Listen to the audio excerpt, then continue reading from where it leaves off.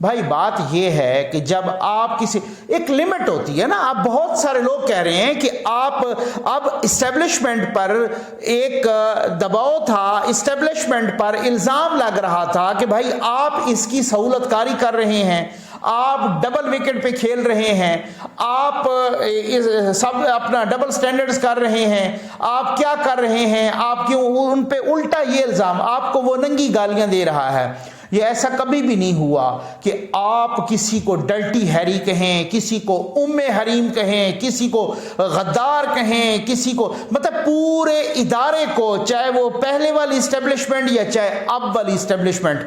خود ان کے صدر مملکت کچھ عرصہ جا کے زمان پارک میں بتا کے آئے تھے کہ خان صاحب دیکھیے اب میں نے ہاتھ کھڑے کیے ہوئے ہیں, میرے بس سے باہر چلا گیا یہ گیم, آپ بہت غلطیاں کرتے ہیں, آپ کے بہت غلط مشیر ہیں. یہ عارف الوی صاحب نے بتایا تھا جا کے زمان پارک میں.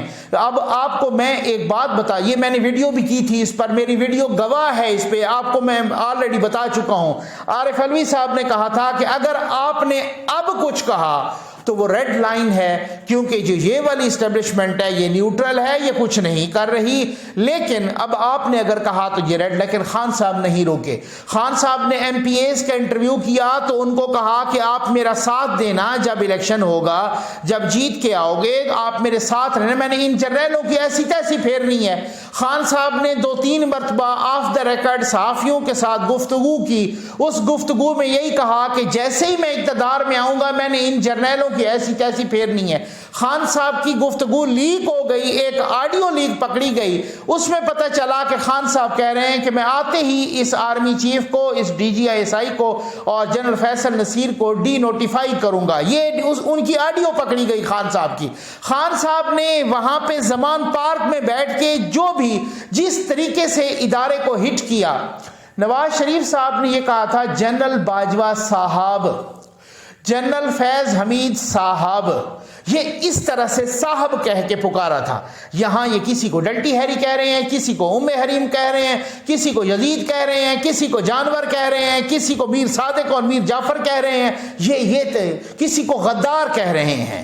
یہ اس طریقے سے, اور وہ کہہ رہے ہیں کسی کو کہ جناب وہ جس طریقے سے وہ پکارتے رہے اور جس طریقے سے پھر وہ ٹرینڈ ہوا اور جس طریقے سے آئی ایس پی آر نے ایکسپلینیشن دی اور ساتھ اپنے الزامات کا دفاع کیا اور اس کے بعد یہ بھی کہ قانونی چارہ جوئی کی جائے گی, تب بھی یہ نہیں مانے, تب بھی انہوں نے ٹرینڈ چلائے, تب بھی انہوں نے کہا کہ یہ جو پریس ریلیز ہے ٹرینڈ چلا, پریس ریلیز ریجیکٹڈ. بھائی آپ ہوتے کون ہو پاک فوج کے کسی ادارے کی پریس, اس پریس ریلیز میں کسی قسم کی غلط لفاظی نہیں ہوئی, اس پریس ریلیز میں کسی کو غلط نام سے نہیں پکارا گیا. یہ کہا گیا کہ ادارہ اپنی قانونی چارہ جوئی کا حق محفوظ رکھتا ہے. کیا یہ اس میں غلط بات ہے؟ آپ بے بنیاد الزامات لگا رہے ہیں. میں نے آپ کو بتایا تھا بہت ساروں کی آڈیوز ویڈیوز پکڑی گئی ہیں, اب بہت سے ٹھنڈے ہو گئے ہیں. یہ عمران خان صاحب چیف جسٹس بندیال صاحب کو بار بار انسٹیگیٹ کر رہے تھے, بار بار ان کو ابھار رہے تھے, کسی طرح سے یہ پارلیمنٹ سے ٹکرا جائیں, کسی طرح سے یہ اسٹیبلشمنٹ سے ٹکرا جائیں. وہ دوسروں کو آگے کر کے پیچھے ہو جاتے ہیں. اب کچھ بھی, اب اسلام آباد ہائی کورٹ میں کچھ لوگ کہہ رہے ہیں کہ جناب وہاں پہ چیف جسٹس صاحب نے نوٹس لیا ہے, وہ یہ کر رہے ہیں, وہ کسی کچھ نہیں ہوگا.